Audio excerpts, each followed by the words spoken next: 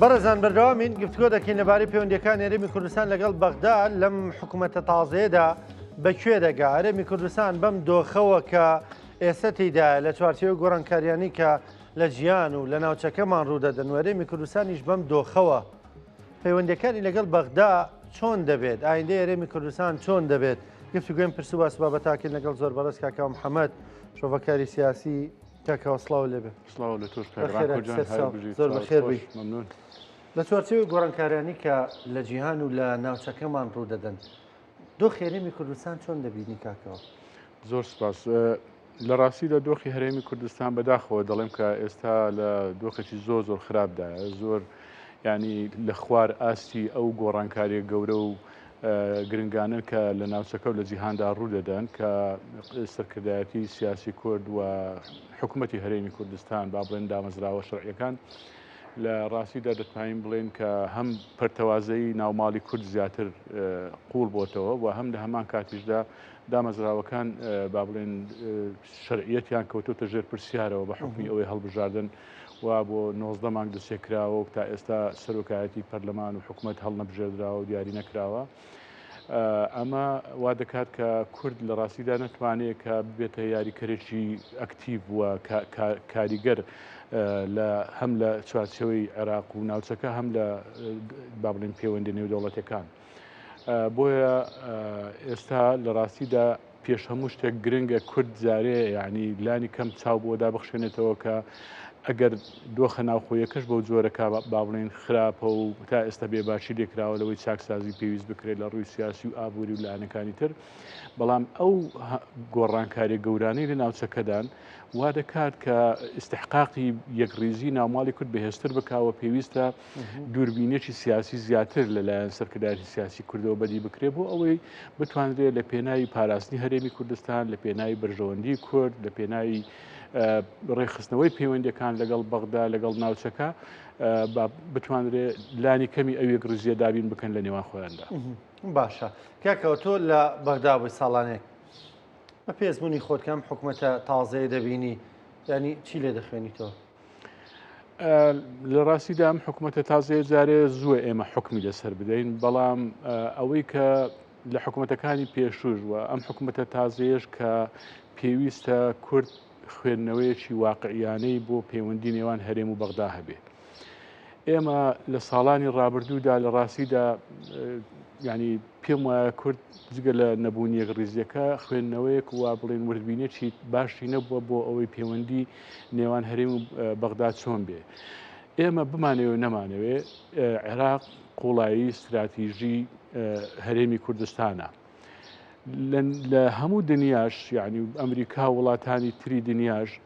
بە هیچ شێوەیەک یعنی مامەڵەیەکی با بڵێن سربەخۆ یان با بڵێن بە ئاراستی سربەخۆی کورد لەگەڵ هەرێمی کوردستان ناکەن و مەسەلەی ڕیفراندۆمەکە یان خوێندنەوەی واقعیە. عێراقچێتی نییە، یعنی تۆ بتێونێتەوەکو باسم کرد دەستورێک هەیە ئێمە بەیەکەوە دەبەستێتەوە. وڵاتانی دەرەوەش ینی بۆ نمونە ئەمریکا و وڵاتانی ڕۆژاوە هەمیشە داوا لە کورد دەکەن لە هەرێمی کوردستان دەکەن لەگەڵ بەغدا بچێ ڕێک بکەوێت ئەگەر لە ڕووی سیاسی بێ ئابووری بێ لە هەموو ڕۆکانەوە. داوا لە کوردی تورکیا دەکەن لەگەڵ حکوومەتی تورکیا ڕێکەوێت، داوا لە کوردی سووریا دەکەن لەگەڵ حکوومەتی سووریا ڕێکەوێت، هی ئێرانیش بە هەمان شێوە. لەبەرەوە ئێستا تۆ سیاست با بڵێن فەنی ممکناتە یان با بڵێن خوێندنەوەیەکی واقعیانی با بڵێن ڕیال پۆلیتیک پێڕۆ بکەی ئەوەیە کە تۆ دەبێت بتانی ئەو مافە دەستوریانی هەتە لە عێراق بەدی بێنی. ئەمە چۆن بەدی دێت؟ پێویست بەوەیە ئەو هێزە ناوخۆیەت هەبێ کە بتانی لە دانوستان لەگەڵ بەغدا بگەیتە نەتیجەیەک، نەک پینە و پەڕۆکردن وەکو دەڵێ پینە و پەڕۆتانی وەڕۆ تا ئێستا ئەوە کراوە لە ڕاستیدا. ینی ئەم مانگە بۆ مانگەیەکی تر، ئەم ساڵە بۆ ساڵێشتر، ئەم حکوومەتە بۆ حکوومەتێکتر، ئێمە نامانگەیت بە نەتیجەیەک. کەی باشە تۆ لەگەڵ بەغدا کێشەکان هەوڵ دەسارسەرکوی نەک هەر کێشەی موچە و بودجە کێشە هەڵپەستێدراوەکانی تر کە لە دەستوردا هاتووە مادەی 1970 داپڕاوەکانە پێشمەرگەیە هەموو ئەوانی ترە. کەی تۆ جگە لەوەش تۆ لە هاوشانی ئەوە لە ناو خۆدا دامەزراوەکانی خۆت بەهێز کرد، دیموکراسیت قۆڵ کردەوە، گەندەڵیت کەم کردەوە، هێزی پێشمەرگە دیەخست، قەزات سەربەخۆ کرد، با بڵێن یەکڕیزی ناوماڵی کوردت بەدیهێنا، ئەو کاتە تۆ دەرفەتێکی ناوچەی و نێودەوڵەتی هاتە پێشەوە دەتوانی ئەم کارتانە ئەم هێزەی خۆت بەکاربێنی بۆ ئەوەی بتوانی ئەگەر نیازی ئەوەت هەبێ ببیتە کیانێکی سربەخۆ ئەو کاتە دەرفەتەکانت زیاتر دەبێت کارتەکانی بەردەست زیاتر دەبێت بەڵام تۆ لە ناوخۆدا ڕۆژ لە دوای ڕۆژ کات لە دوای کات بسووتێنی و ململانەیەکی نابەجێ لەسەر هەندێک پۆست و پلە و پایە لە نێوان حزبەکاندا هەبێ یەک ڕیزەکە دروست نەبێ هەم لەگەڵ بەغدا ناتوانانی مافەکانت بردەستبێنی هەم لە ئاستە نێودەوڵەتی و ناوچەیەکەش تۆ هەمیشە لە پاشەکشەدابی و من هەموو جارێ ئەو قسەیە دەکەم لە ڕاستیدا ئەوەی هەرێمی کوردستانی هێشتۆتەوە هونەری ئەم سەرکردایەتی سیاسیە نییە یان حکمەتی ئەو سەرکردایەتی سیاسیە نییە ئەوەی هێشتوێتەوە کۆمەڵی معادلاتی ناوچەیی و نێودەوڵەتیە پێویستیان بەوەی ئەم هەرێمە بمێنێتەوە بۆیە هەر گۆڕانکاریەک لە ناوچەکەدا ڕوو بدات لەو هاوچێشانەی کە هەیە احتیمالی زۆرە ئەم هەرێمەکو خۆی نەمێنێتەوە و عێراقیش لە ڕاستیدا نابێ چی لێبێ ینی ئێستا کە بۆ نمونە عێراق نابێ ئێمەوە سەیری بکەم پێمان وایە زۆر بە بەراعەتەوە تەعامل لەگەڵ هەرێمی کوردستان دەکە و هەمیشە ئەوەی کە تا ئێستا بەڕێوە چووە هەر بەو شێوە بەڕێوە دەچێت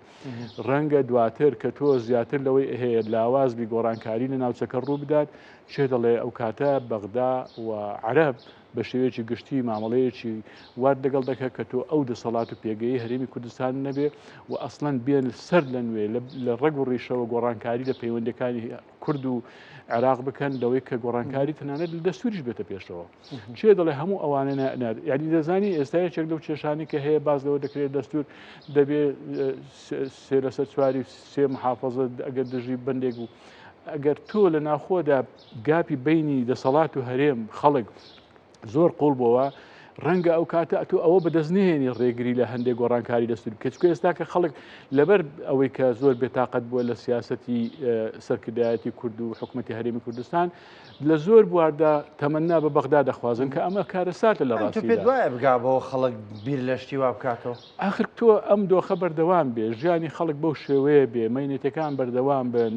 یەک ریزی دروست نەبێت لە ماڵی کورد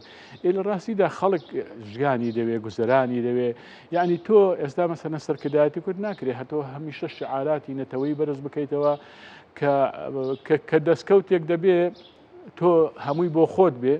کە شکستێک دەبێ و پێویستت بە شەڕە پێویستت بە بەرگریە داوا لە خەڵک بکەی بێ پشتیوانیت بکە یعنی نیشتیمانی بوون و نەتەوەی بوون لە خەڵک داوا دەکەن لە کاتێکدا لە شکستن بەڵام کە دەسەرکەوتن و دەستکەوتیان هەیە ئەمە تەنها نیشتیمانی بوون و نەتەوەی بوون بۆ خۆیان و بۆ ژرفانی خۆیان و بنەماڵەکانیانە لەبەرەوە ئەمە هێندەی تر خەڵک بێ ئومێد دەکەلەوەی کە بتوانێت گۆڕانکاریەک لە داهاتوودا بکرێت کە لە مەسلحەتی خەڵکەکە بێ بۆیە دەبێ ئەم دووربینیە سیاسەت تکاو ڕزای ئەوەمان هەیە کە ئەم سەرکردایەتی سیاسی خۆمان کە چیتر لەسەر ململانێ لەسەر ئەو هەندێک پۆست و وردەکاری نەکەن کە بەژەوەندەکانی تەواوی هەرێم و خەڵکی کوردستان بخەنە بەردەم هەڕەشە و ڕەشەباوە بۆیە من تاکید لەوە دەکەمەوە کە گۆڕانکاریەکانی ناوچەکە و ئەگەر و پێشهاتەکانی کە ڕەنگە لێ بکەوێتەوە ئەوە دەخوازێت کە بە زووترین کات حکوومەتی هەری باڵن پەرسەر و کاتی پەرلەمان هەڵبژێنرێ حکوومەتی تازە پێک بهێنرێ و ئومێدێک بگەڕێنرێتەوە بۆ ناوخۆی هەرێمی کوردستان و لەگەڵ بەغداش بگەینە نەتیجەیەک و لە ڕێگ و ڕیشەوە چارەسەری بکەین یعنی ئێمە ناکرێ هەر مانگ بە مانگ و ساڵ بە ساڵ تێپەڕێنین کاکاو ینی بازبوونی خۆ لە نێو سیاست داوای لە هەرێمی کوردستان و لە بەغداش ئێستا دەمێر یەک لە سیاسیەکان بکەیتەوە بەرپرسە باڵاکان بوانە شۆکە ئێستا لە بەغدان یعنی دەڵێن تەمە ناکەین حکوومەت پێک بێ و کابینەی دەست بەکار بێ و ڕێگریەکە چییە؟ ئەمەندە ناکوچەکان زۆر ڕێگریەکە ئەوەیە تەسکبینی سیاسیە هیچی تر نییە لە ڕاستیدا و خوێندنەوەی دوورمەودای گۆڕانکاریەکان نییە و ڕزاڵکردنی بەرژەوەندی تاک و حزب و بنەماڵەیە بەسەر بەرژەوەندیە باڵای نیشتیمانی ئەگەر ناکەەوە و مەترسیان لێوە دیارنەوەی کە تۆ باسی دەکەی دەڵێ ڕەنگە لە معادلێکی نێودوڵەتیدا ئەمەرێمەوەکو خۆی نەمێنێتەوە بەڵێ تاکید ئەو مەترسیە هەیە ینی مەبەستم ئەوان ئەو مەترسیان لێ دیار نییە هەست پێ ناکەن یان وەڵاهی من سرم لەوە سوڕماوە کە چۆن هەتا ئێستا بەم شێوە سیاسەتیان کردووە کە دۆخەکەش بەم شێوەیە لە ناوچەکە و لە دنیا یعنی بە حکمی ئەوەی بەتایبەتی هەندێکیان ناڵم هەمویان بەڵام هەندێکیان لەوە سیاسی مخەدڕەمەکان ئەوانەی کە ساڵانیشی زۆر لە خەباتی پێشمەرگایەتی و لە کۆنەوە لە ناو سیاست بوون و بنەماڵەکانیان لە ناو سیاست بوو ئێستا دەسەڵاتیان هەیە پێم سەیرە ئەم خوێندنەوە وردانیان نییە کە پیان وابێ کە دەبێ ئیتر بیر لە بەرژەوەندی خەڵک بکەن و کاکە تا ئێستا بیرتان لە بەرژەوەندی خۆتان و بنەماڵەکانتان کردەوە پێم وایە هێندەتان کۆ کردوێتەوە بەشی دە پشتی پاش خۆشتان دەکات کە لی بخۆن. بەسەر ئێستا کە کاتی ئەوە هاتووە بە خۆدا بچنەوە، ینی ململانەی لەسەر چی دەکەن، ینی چی ینی تاکەی ینی ئەم دۆخە خراپە بەردەوام بێ. اینجا ئەوە بەغداش قۆستوێتەوە و بەغداش دەزانێت کە دۆخی هەرێمی کوردستان وایە و خۆتان دەبینن وەفدی هەرێمی کوردستان ئێستا وەفدێکی حکوومەت بە سەرۆکایەتی حکوومەتی هەرێمی کوردستان ئەمە لە ڕاستیدا ئەمە وەفدێکی حزبیە، بەڵام لە ناودوو کەوانەدا ناویێنرا حکوومەت و سەرۆکی حکوومەت لە ڕاستیدا. ئەم ڕوانگە حزبیە بەردەوام وەفدی ئەم حزب، یعنی ئەو تەنازولاتانەی ئێستا بۆ لایەنە سیاسەکانی بەغدا دەکرێت کە هەندێک جار ئەو لایەنە سیاسیانە بە دوژمن و عقلێتی بەعسی زاڵە لە بەغدا ئەوانە دەچن تەنازولاتی گەورە لەگەڵ ئەم لایەنە سیاسی عێراقیانە دەکەن، لەگەڵ هاونەتەوەکەی خۆیان لەگەڵ ئەو حزبانەی کوردی و حزبە کوردستانەکان ناکەن بۆ ئەوی دۆخی هەرێمی کوردستان چاک بکەن. ئەوەتە فەرموو لەگەڵ هەر یەکێک لەو لایەنە سیاسیانە کە هەم وەفد دەنێرن بە وەفدی حزبیە، هەم لە هەمان کاتدا ئیتفاقات و سەفقات دەکەن. ئەوە جگەلەوەی ئەوەی کەنادیارە سەفقاتی ژێربەژێری ئابووری کۆمپانیاکانیان بەڵێندەرەکانیان لەگەڵ ئەوانەی بەغدا و ئەوانەی جنوب دنیایەک سەفقاتی ئەوان هەیە و بەرژەوەندی بەیەکەوان دەبەستێتەوە، کەچی لەگەڵ با بڵێن هێزە کوردستانیەکان نایەن ئەو تەنازوڵ. ینی معقول نییە سەرۆکی هەرێمی کوردستان، ینی من دەزانم ئەوە لە دڵی خۆیدا حەزی دەکرد سڵاوێک لە سەرۆک کۆمار بکە کە هاونەتەوەی خۆیەتی. بەڵێ من بۆ خوێندنەوە بۆ شخصیەتی کاک نەسیروان وایە لە دڵەوە حەزی دەکرد بەڵام ناتوانێت. ناتوانێت لەبەرەوەی ئەو دەسەڵاتەی نییە، لەبەرەوەی ناوێت لە ناو حزبەکەی پێگەی لەوە لاوەستر بێ کە ئێستا دووچاری بووە. بەڵێ تووشی کێشەی دەکات لەبەرەوەی بەسەریدا فەرزکراوە کە نابێت تۆ تەعامل لەگەڵ سەرۆک کۆماری تازە بکەیت کە یەکێتیە و بەبێ ئیرادی ئێمە بۆتە سەرۆک کۆمار. لەبەرەوە ئەم شتە بچووکانە لە ڕاستیدا بچووکی عقلی ئەو خەڵکە سیاسە نیشان دەدا. سیاسی عقل گەورە هەنگاوی گەورە دەنێ، بیرکردنەوەی گەورەی هەیە، پلانی دوورمەودا و حەشیمانەی هەیە، بەسەر هەموو ئەو شتە نەفسی و دەرونیە بچووکانەدا باز دەدا. ئەم شتە ڕۆژانە لاپەڕەی تازە لەگەڵ هاوپەیمانەکانی و لەگەڵ هەتا تەنانەت نارەکانیشی دەکاتەوە بۆ ئەوەی لە ڕووی سیاسیەوە بتوانێت بە مەحکەمی کار بکاوە لە خزمەتی میلەتەکەی دابێت. کاکاوە بڕای تۆمە بەکوێ دەگەین؟ یانی ئێستا وەکو تۆ دەڵێ ئاوا سیاسەتیان کردووە ئەم ڕووداوانەی ناوچەکە ڕوو دەدەن و ماویشینەتەوە و بە پێوەشین و هەرێمەکەش ماوە و پێدوانیە کاتەوەی کردویانە بەنی ئەوەندەش مەترسیدار نییە وەکو تۆ خوێندنەوەی بۆ دەکەی. ئەوەی بزانە ئێستا وەکو باسم کرد واقعەکە ئەومان پێڵە ئاخر لەبەرەوەی تۆ هەر ئەوەیە ماویت، بەڵام چۆن ماویت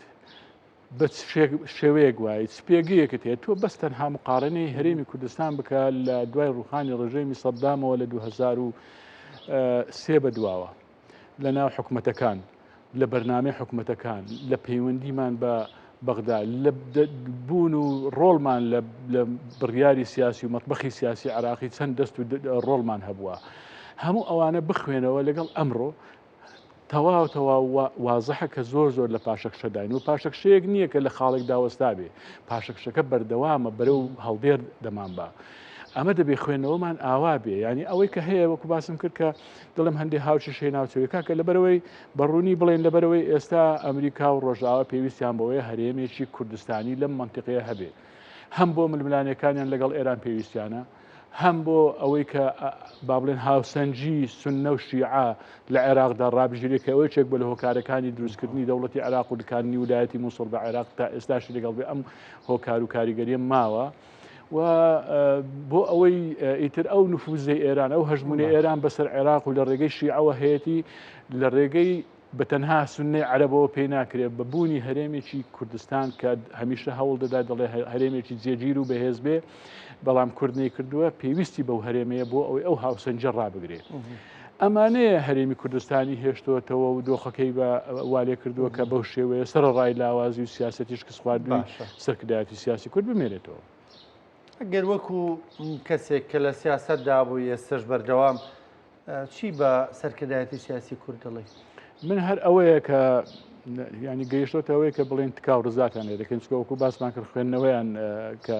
ئەگەر هەبووە و حسابی بۆ ناکەنەوە هەڵێ ئەگەر هەر نەش بێەوە کارەساتێکی گەورەترە. ئەوەیە کە دەڵێن کە با ناو ماڵی خۆمان ڕێخینەوە ئێوە قەرار بەدەستن یعنی هەڵەی کەسێک کە دەسەڵاتی نەبێ ئەوەندە کاریگەری لەسەر هەرێمی کوردستان و دۆخکە نابێ ئێوە خەڵکی دەسەڵاتدارن هەر هەڵەیەک لە ئێوە تەواوی خەڵکی کوردستان لی زەرمەند دەبێت لەبەرەوە ئیتر بەسە بە یەکڕێزی ناوماڵی کورد ڕێک بخەین یەکڕێزیش چەند جارێک باسم کردووە بۆ بەدینایە ئێستا کە بۆ نمونە برادرانی یەکگرت و مامۆستا سەلاحەدین بەهادین لە پەیوەندیدا لە بینی یەکێتی و پارتی و دۆخەکە چاک بکەینەوە چکە ئەم مەسەلانە مەسەلەیەکی کۆمەڵایەتی نین مەسەلەیەکی سیاسین ئەمە پێویستی بەوەیە کە تۆ لە ڕێگەی هەڵبژاردن پەرلەمانێکی بەهێز حکومەتێکی کارا دامەزراوەی با بڵێن شەفافێت دابینکردن قەزای سەربەخۆی هێزی پێشمەرگە یەکگرت و دامەزراوەکانت بەهێز کە خۆی یەکڕێزی دروست دەبێ یەکڕێزی هەر بە شعارات و بە کۆبوونەوەی چواردەوری مێزەکان بەدینایەت لەبەرەوە ئەوەیە تکاو ڕزامانەوەیە کە سەرکردایەتی سیاسی کورد بیر لەوە بکاتەوە بە هەندێ بەسەر هەندێ بەرژەوەندی تایبەتی و شتی دەرونی شخصی زاڵ بێ و بێکەوە بتوانن لەگەڵ بەغدا گفتوگۆ بکەن و بتوانین چیتر پینە و پەڕۆی نەکەی کێشەکان لەبەرەوە پێویستمان بۆیە کە بە تەواوی چارەسەری بکەین چارەسەری تەنها و چەبوو جەژنا چارەسەری تەواوی کێشەکانی خەڵکی هەرێمی کوردستان کە مافی دەستورین. سپاس دەکەم زۆر بەڕێز کاکە محەممەد شۆڤەکاری سیاسی سپاس بۆ بەشارکردن لەگەڵمان بەخێر بێ.